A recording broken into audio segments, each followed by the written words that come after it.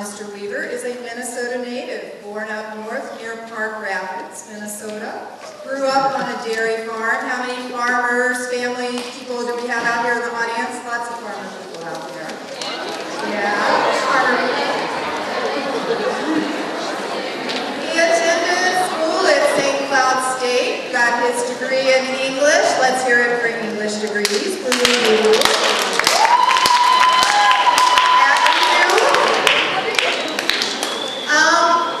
As sometimes Minnesotans are called to do, he heard the lure of the coast, so he went to California, where we are so happy that he became involved with the Stanford Writing Program, because I bet that helped get him started on his wonderful career. He returned to Minnesota. He now lives in Bemidji, or near Bemidji. He taught at Bemidji State University for 24 years. He now has the opportunity to focus on his writing and on presenting to wonderful groups like you, because I know the stuff and all that's going to slow down when Mr. Weaver's talking, because he's our guest, right? Yeah, we talked about respect, kind people. I learned a little bit about Mr. Weaver. He loves the outdoors, and he is a racing fan. He is an award-winning author of fiction for both adults and young adults. His most recent recognition came from the Minnesota Book Award for Young Adults for the novel Defect, which I am going to be ordering some copies of for my class to read in December, and I will be happy to share with you. First novel published, I believe, was Red Earth, White Earth in 1986, which was made into a CBS movie in 1989. His short story, which a few of you have read or have read to you, A Gravestone Stone Made of Wheat, is the basis for the movie Sweetland, which I know some of you have seen. And it was filmed near Montevideo, and asked Ms. Kaichis later about a famous cow. Mr. Weaver's most recent novel, Sadly United Earth, was published this spring. Let's give Mr. Weaver a good Marshall High School welcome.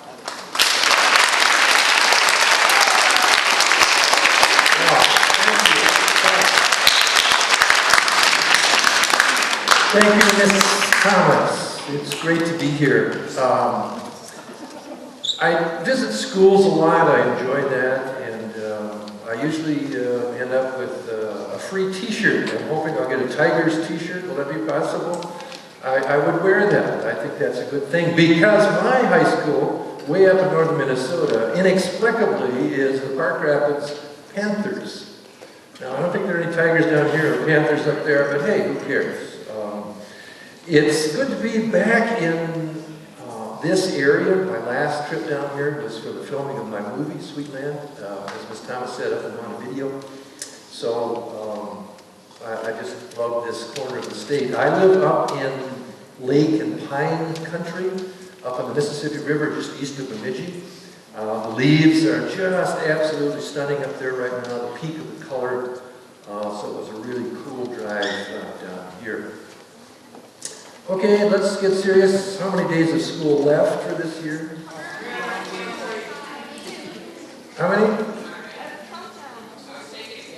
Okay. A lot. We won't start counting quite yet, all right? But, hey, ninth grade is a fun grade to be sure. And big hello to all you 10th graders over here as well, yes. Well, you remember back in the day in, say, elementary school when you had show and tell? Show and tell. Well, as an author, in some ways, these are my show and tell items, my books. I write, as Ms. Thomas said, both for adults and for young adults. But my son, who's in college now, one day when he was younger, he kind of got a funny look on his face that I was an adult writer, writing for adults. And he was kind of lurking around and seemed a little weirded out by something. I said, what's wrong? He said, well, do you write like that adult material stuff? I said, no, for grown-ups, not for adults. This is grown-ups, okay? So, grown-up writing, and writing for, in some ways, you guys. Now, there's a little bit of a disconnect.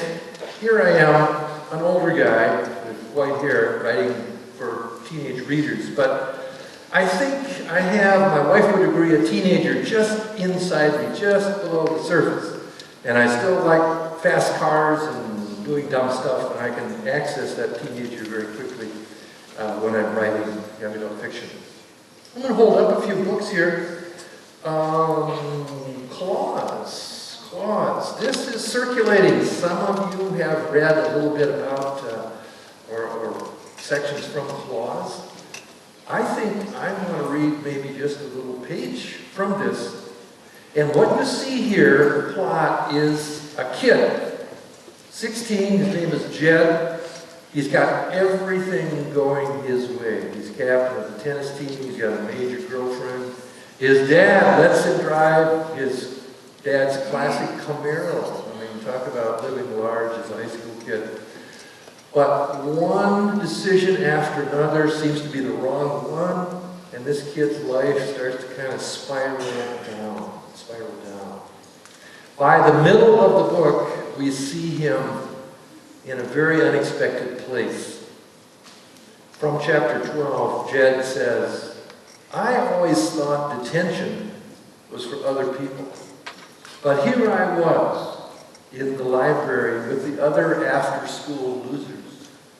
About 10 of them slumped along the reading tables like roadkill on the shoulders of the highway. Most already had their heads on their arms or their cap bills pulled low over their eyes. I signed in at the detention monitor's desk. Name? Asked Mr. Thompson, one of the shop teachers.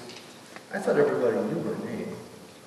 Jed Berg, I answered, cheerfully, as if this were a mistake, as if he would immediately understand the error of me being here. Hey, Berg, someone said. Derek Jones lifted his head from his arms. I glanced at him. You lost or what? A couple of other rough-looking dudes lifted their heads from their arms and squinted sleepily at me. He's slumming, one of them said. Quiet in here, you know the rules. Mr. Thompson barked at the losers. Take a seat, Berg, he ordered with a jerk of his head. A skinny, black eyeliner chick glared at me as I passed. I'd seen her around. Seriously, what are you doing in here, man? Derek whispered. A little problem with my locker, I muttered, taking a chair 2 seats away. I certainly wasn't going to sit by him. Hey, you the dude that caved his locker in right in front of Mr. Boyd? One of the losers said, perky up. That's me. I settled in near the bookshelves. Cool, another said. We heard about that. All right, dude. Motorheads and the other losers looked at me with sudden respect. My new fan club. Great. Maybe there's hope for you after all, Derek said. Quiet, Thompson thundered. I ignored them all and got on with my homework. At least I could make use of my time. I glanced toward the entrance. The doors were open to the main hallway. Maybe people passing would think I was working on a history paper or something. As the losers settled their heads down to sleep, the skinny chick kept staring at me. I tried to read, but she stared at me unblinkingly. What are you looking at? I finally said. You, she answered. Why don't you look out the freaking window or something? I like looking at you, she said. Preppies in a downward spiral are really fun to watch. Yeah. From Claus, there's Jed, and he's definitely in a spiral there. Well, several other books here, and I want to say that I'm a Minnesota guy, and I often write with settings in Minnesota. This is set, it has a kind of a canoe, but the lights are a little shadowy, but it has a canoe image on the front. It's set up on the Boundary Waters, Duluth, Ely. Other of my novels are set mostly in Minnesota, but I'm not just a Minnesota writer. My books are used across the country, and I've had really good luck to be published in different languages as well. So I use Minnesota as a setting, which I think is fun for me and fun for readers to see names and roads and towns that you might know or have been to, but have kind of universal issues going on in this in the fiction I write. Hey, I don't want to be talking at you the whole session here. I'm going to pause a moment for a question or two. Let's make this a conversation. My philosophy is there are no dumb questions. Well, there was one once actually. Kid raised his hand and said, Mr. Weaver, have you ever been in jail? I said, well, how to answer that? I said, there was this one time. It was Halloween, which is upcoming. I only tell this story because I want to keep you guys out of trouble. It was a bad combination of some friends and myself and eggs and cars. Yeah, you put all those, you see where we're going with that? You put all those together, it's not a good scene. I did have to call my parents from the sheriff's office and have them come get me, so technically, no, not a jail. But anyway, questions? Any kind of question? Yes? What inspired you to write the book Claus? What inspired me to write the book Claus? Again, I'm going back to my own time as a teenager, and there was this guy. His name was Harold. He was a rich kid. I was from the farm, he was from town, his folks had a lot of money, we were kind of poor, we just didn't get along. We were athletes, we competed for team and girlfriends and so on, we just were like cat and dog. And in some weird way, I think I'm going back and talking about that time in that book there. And I'm also very interested in the little fine print below the title Claus there. It says, life, sooner or later, will show its claws. Life will show its claws. What do I mean by that? I'm going to pitch that back to you. I'm not talking about wild animals and bears here, but life. How can life show its claws to us, to all of us? Who wants to take a shot at that? How about some of you 10th graders? We're talking metaphors here, aren't we? Symbols. How can life show its claws? What do I mean? What do I mean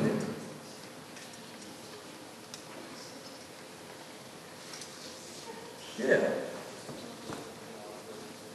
Life is not going to be all good. This is exactly it. Exactly it. For each of us, at some point, life is going to tip us upside down. It's going to hit us really hard. Maybe we're not expecting it. Maybe it was our own fault that it happened. But then, what interests me is how we react to that. When life does that to you, when life grabs you and tips you upside down, how are you going to react to that? You're going to take it, or you're going to get back up and work hard and be a better person there. There's a kind of a cliche, it's not how far you fall, it's how well you bounce. How do you bounce back? You get cut from the team? You go around being pissed off the rest of your life? No, I say you reinvent yourself, or you work harder, you come back stronger, better, faster, and so on. That's what this is about. Yes? Yes. I forgot. Okay. The question went away. This happened. Ran away. Okay. One more. Yeah. Have you always wanted to be a writer? Have I always wanted to be a writer? That's a perfect question for me to tell you, because I grew up in this little dairy farm, red barn, white house, silo, hay bales, shoveling a lot of you-know-what. My parents didn't go to college. Me and my sisters, we were the first in our family to go to college. I never had any idea I wanted to be a writer. And that's the neat thing. You don't have to come from a family of writers to be a writer. You don't have to come from a family of musicians to be a musician, or an athlete to be an athlete, an actor to be an actor. We have to figure those things out for ourselves and kind of follow what's inside us. I don't know, I like reading and history, and eventually became an English major. Yeah. Like, how did you start? How did you know that you wanted to be a writer? How did I know I wanted to be a writer? Have you ever read something, or maybe you watched a movie and you thought to yourself, wow, that was really lame. I could do better than that. I think that was an impulse I had at one point, a little light bulb went on. I read something and said, that's But like, ridiculous. what was the first thing you wrote? I started writing short stories. And I think those are really, if you want to be a writer, they're a great place to start. Don't try to write a huge fantasy trilogy, okay? Although, who am I to say not? If that's inside you, have at it by all means. But short stories really teach you how to write. You also, if you want to be a writer, you got to be a reader. Very important to read. I bet some of you have read Aragon and the couple sequels that are out now. That kid, fantasy. The fantasy. Did you turn the mic off? No problem. Christopher Paolini and Aragon. And I think Elvis is the next one in that series.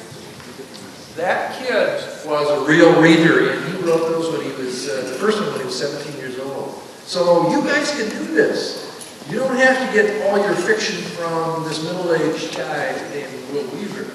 Why don't you write? Why don't you try to publish stuff? You could do it online, you could send your stuff to magazines and so on. So we've all got good stories inside us, and I say we ought to be writing some of those. I'm going to go along the line here, if I'm going to show and tell items. I'm going to hold up this novel. It's called Full Service. I call it my gas station novel. And again, maybe it's a little idea, a little insight into how I write. I write out of my own life. I came off a farm. I had my first job in town at this kind of old school gas station. And I learned a lot. My eyes were open as to adult life and how things really work. So I think if we write well, we can write about anything. We can write about life in Marshall, Minnesota. There's no doubt about that. And a novel that Miss Thomas held up, or spoke to, Defect. This won the Minnesota Book Award last year, and it's kind of an out there, strange novel in some ways. It's about a kid with a really almost miraculous birth defect. And abnormality.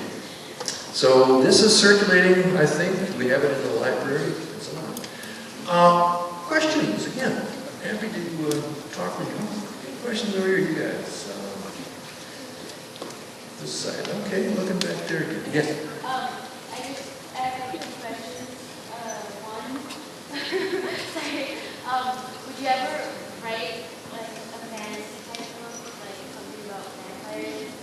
Have I ever written a fantasy book, something about vampires? Would I ever? Possibly.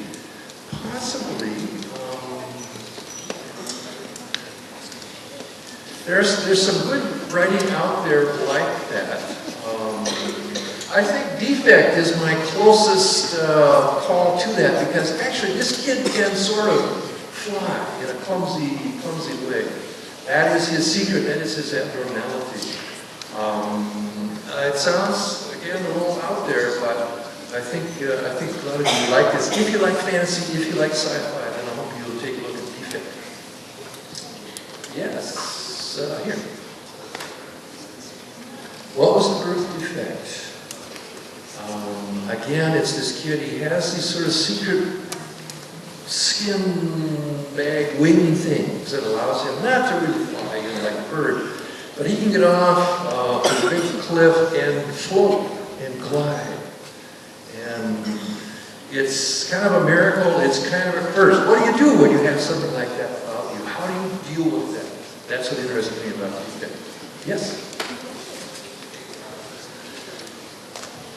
Who is my favorite author? Okay, yes. You know, and it's a good question. It goes back to if we want to be a writer, we have to be a reader.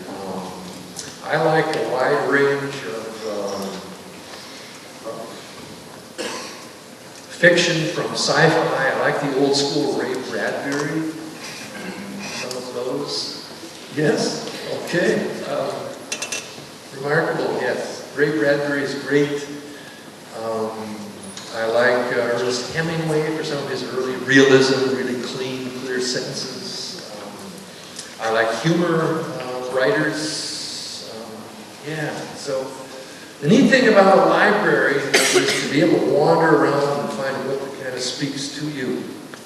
And that kind of sort of brings me to a very recent book. It's called Saturday Night Dirt. It's Saturday Night Dirt. Ms. Thomas mentioned that I like racing, but I'm not talking about NASCAR. I mean, NASCAR is out of reach, yes? How are any of us to connect in any way with NASCAR except watching it on television or going to a speedway with 300,000 other people? I'm talking about local, small speedways. I'm talking about dirt track racing.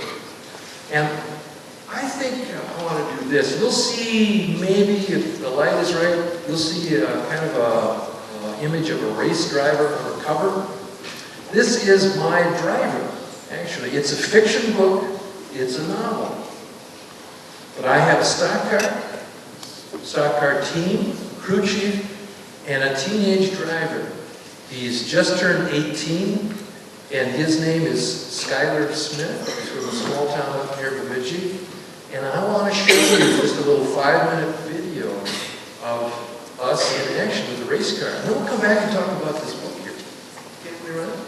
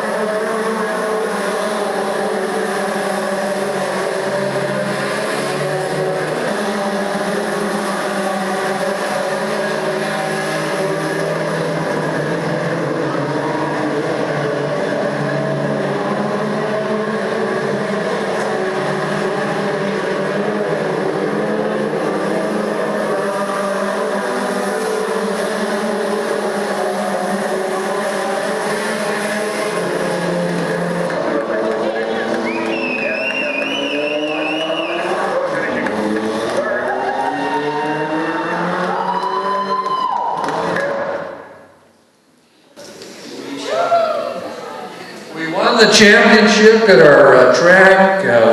We're just having a lot of fun. We're sponsored by my publisher, Farrar, Straus and Giroux.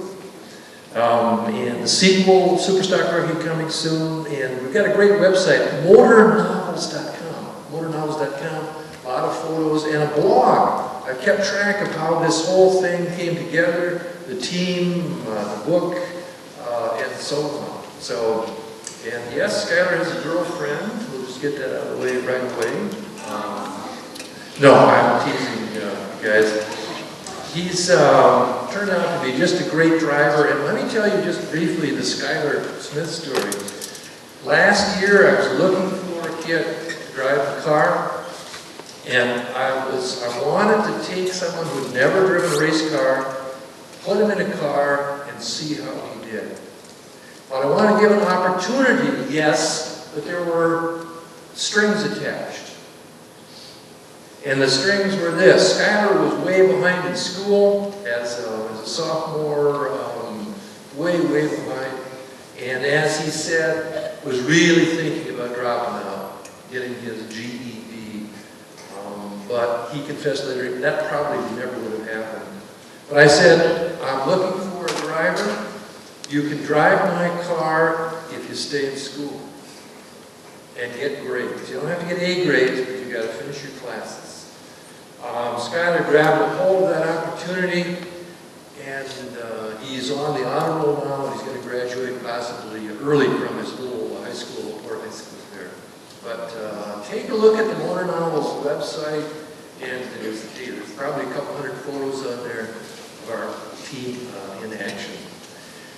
Tiny little sneak preview of information. We've had some interest from the Disney people. This whole idea of dirt track racing, and nothing's for sure, but I'd love to see some sort of film, maybe even a television series out of what we're doing. Hey, more questions here as we went their way. Yeah, yes, right here. How did I come up with Sweetland?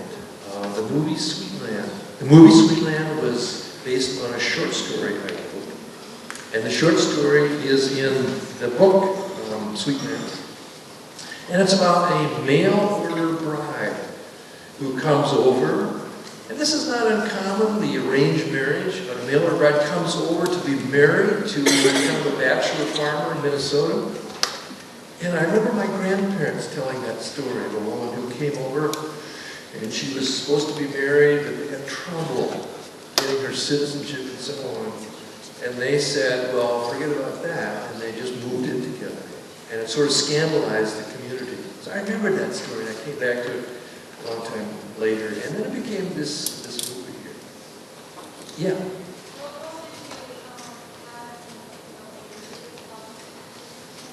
Yeah, some people have seen parts of the movie and the question, what role did I have in it?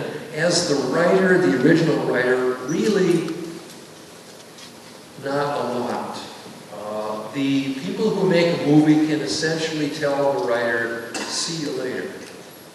But that didn't happen because I got along well with the director. We had the kind of the same vision for this movie. And so I was involved. He, however, Ali Salim, S-E-L-I-M, Ali Salim, wrote the script. I helped him with that. And it was like 95% his project. But I would consult with him. I was on the set. I got my little brief moment in the movie. It's usually a courtesy to the writer. The director says, okay, we'll get you in a scene somewhere. I'm wearing a funny hat, and I'm a local farmer, which seemed appropriate because that was my background. Yes? What is like your favorite book that I've read? What is the favorite book that I have read? That's a very tough question. That I've read. I think there's a short story collection. It's kind of a literary title by Flannery O'Connor called "A Good Man Is Hard to Find." I love the short story form, and that's got to be my favorite. Yes. I'd like to know what kind of mood do you get when you write emotions? That's a very good question. What kind of mood am I in when I'm writing, and my emotions and so on? And I'm going to pitch this back to you guys. If you're writing something, say you're blogging or you're writing in your diary, we should write according to our moods and be honest, not hold back. Be clear and open and direct. I like to entertain myself when I'm writing. If I'm writing something and I'm kind of feeling bored or sleepy, then whoever's going to read that is going to feel bored and sleepy. So I write for myself to entertain. And if we do that, if we have fun writing, then other people are going to have fun reading it. Yeah. How do you get the picture on the cover? Say again, the picture on the cover. How do you come up with the picture? How do I come up with the pictures on the cover? You know, I really don't have hardly anything to do with that. The publisher, the company that makes the books, also do the covers and all the art and so on. However, Saturday Night Dirt has Skylar actually on the cover. We needed a race driver, and we thought, well, what the heck, let's use Skylar. So he felt pretty clever about being on the cover of the book. Yeah. Out of all the books that I've written, which one did I like writing the most? There's one, I know it's in your library, it's called Memory Boy. Am I going across Memory Boy? Thank you. Thanks. Yeah, all right. Memory Boy. It's about this great environmental disaster this family has to kind of pull together to survive. That was really fun to write. It just kind of went straight through and had fun. And the kid had this real witty, sarcastic voice about him. And that was really fun. Memory Boy. You have to check it out. It's real. These are great questions. These are wonderful questions here. Yes? How long does it usually take to write a book? How long does it take to write a book? Yes, and I'm happy to talk about that. I'm happy to talk about money, too. How much money do I make writing a book? How much money do I make? Let's start there. A book like Claws. I got paid $20,000 to write it. Whoa. A lot of money, yes? Yes, it's a lot of money. But let's do some math, and back to your question there. It took, I suppose, something like 7 or 8 months writing the first draft, working with my editor, revising. I probably revised every page 10 or 15 times. Yes? So, and it has to be that way to get it really good. So, $20,000 for 8 months. You can see that I'm not going to get rich as a writer. And most writers aren't rich. They make an okay living, but they probably had other jobs. I taught at Bemidji State for a long time before gradually I could make a living writing. So most novels, young adult novels, 4, 5, 6, maybe 8 months to write one of them. Other questions? Yes. Have I ever started a book and then decided I didn't want to do it? I have. I have a drawer full of kind of false starts, stuff that, I don't know, for whatever reason, it just died. And I think the reason was that I didn't have that personal connection to it. It was just like maybe a clever idea at the time. A good idea at the time, but somehow it didn't hold up with writing a full novel. Yeah. Yes? Am I writing anything right now? The Saturday Night Dirt novel has a sequel, and it's a 3-book thing. I'm working on the 3rd in this series. And that's kind of taking up my time right now. And also keeping the race team going. We have been bringing our car around to schools. It's been really fun. Unload the car, park it up front. Some cases we've managed to get the car right up on stage. Really surprise you all when you come in and see a race car sitting on stage. You know, we're going to be doing a little southern Minnesota Mankato loop this spring. Maybe, who knows, maybe we can bring the car. That'd be a cool thing to do. Yeah. Did I make any money off the movie? I'm happy to talk about that too. The Sweetland movie was about the same, about $20,000. $25,000 because it was an independent feature film. It wasn't a big Hollywood deal. And that was kind of the neat thing about this Sweetland movie. Minnesota people involved in financing the movie, contributing, and some Hollywood actors in it as well. So it was a victory against Hollywood, you might say, having a movie made about our stories in Minnesota. Yeah. Have you ever stopped a book and started it again? Have you ever stopped a book and started again? Yeah, and sometimes that works. You get blocked, and I know this has happened to you guys, you get writer's block. I've got some tips for that, I'm happy to share those. But yeah, sometimes if we have time to put it away, turn to something else, and come back and do it. I want to maybe just say something about writer's block. Who's had writer's block?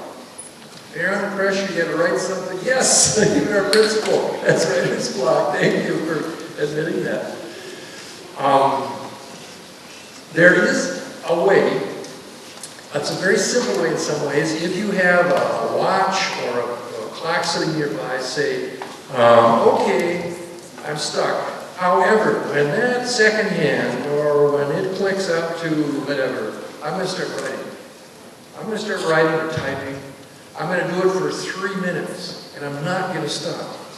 And I don't care if all I write is, I hate Miss Thomas, I wish she would go away and find another school to teach you, this stupid assignment, and so on. Just keep typing that. Just let it loose. Let all of it loose. If you're mad about the assignment, keep typing. And I will almost guarantee you, if you keep typing for 3 minutes, or make it 2 even, if 3 is too long, you will open some door in your brain and pull yourself kind of into that assignment.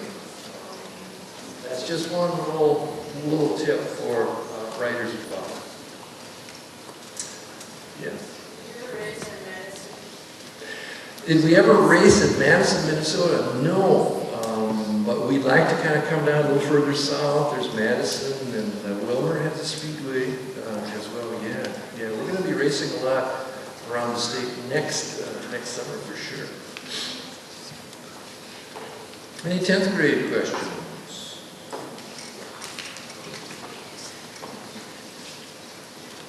Yeah.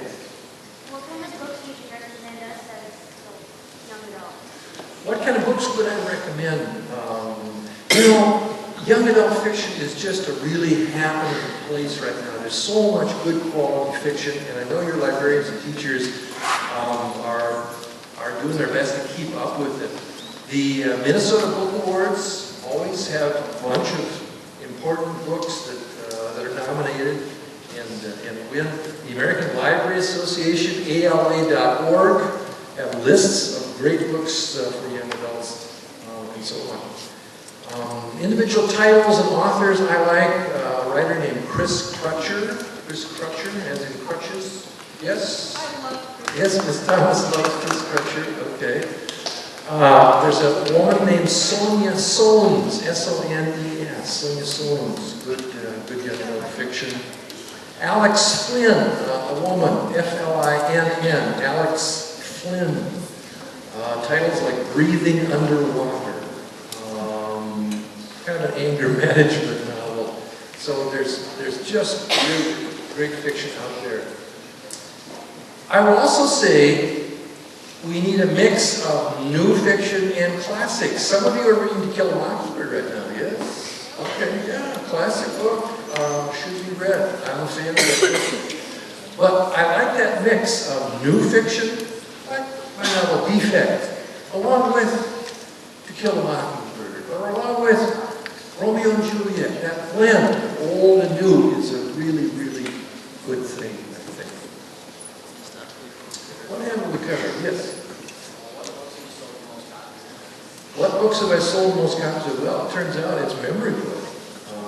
That little novel has done well in a lot of schools across the country, and it just seems to work well. There's also baseball players in the crowd here.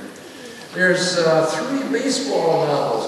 One is called Striking Out, Farm Team, and Hardball. A little series of 3. I think you'd like those if you're a baseball player. And I don't always write about guys and boys stuff.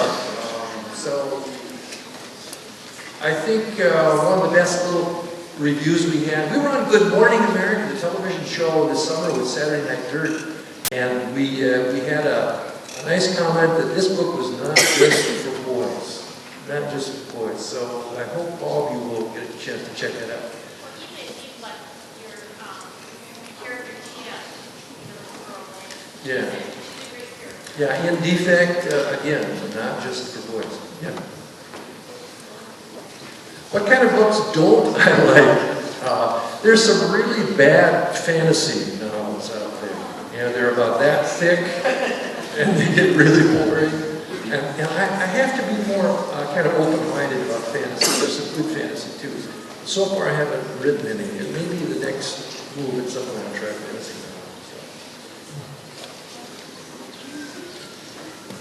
novels. Well, I'm checking the time. I want to make sure you guys get where you need to go on time here. Yes, Thomas, I'm looking at you. We got a question behind you here, yeah. In your book Defect, why did you choose for your character to fly instead of fly or different power? In my book Defect, why did I choose to have my character kind of roughly fly as opposed to other kind of power? I don't know. There's so much in that. Historically, the myth of Icarus, the winged boy who could fly, and the Greek myth Icarus, to be able to fly, I mean, what a miracle. And we're stuck on the ground, aren't we? There's just so much symbolism in it that I want to do the flying boy thing.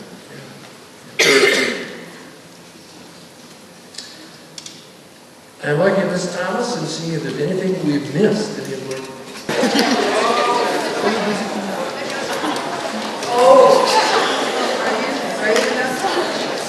Question, it's a good one to end on. Am I a Ford Dodge or Chevy guy? Well, you know what Ford stands for? Found on road dead. Yes. I'm kind of a Chevy guy. You know, it's just one of those things.